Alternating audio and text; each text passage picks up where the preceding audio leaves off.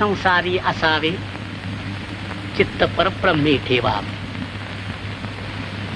अखंड नाम हा परब्रह्म गाठण्याचा माझ्या अनुभवाचा एकच अगदी सोपा मार्ग आहे. त्यानं ईश्वरावरील श्रद्धा अचल होते, चित्त शुद्ध होते.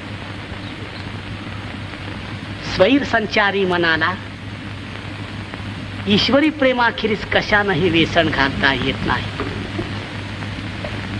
मनाच्या या प्रेममय अवस्थेला एकविध भाव म्हणतात.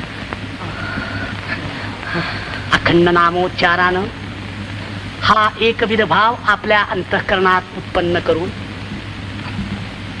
परमेश्वर प्राप्ती करून घेता येते. आणि मग मुखी नाम, हाती मोक्ष, ऐशी साक्ष बहुतांची.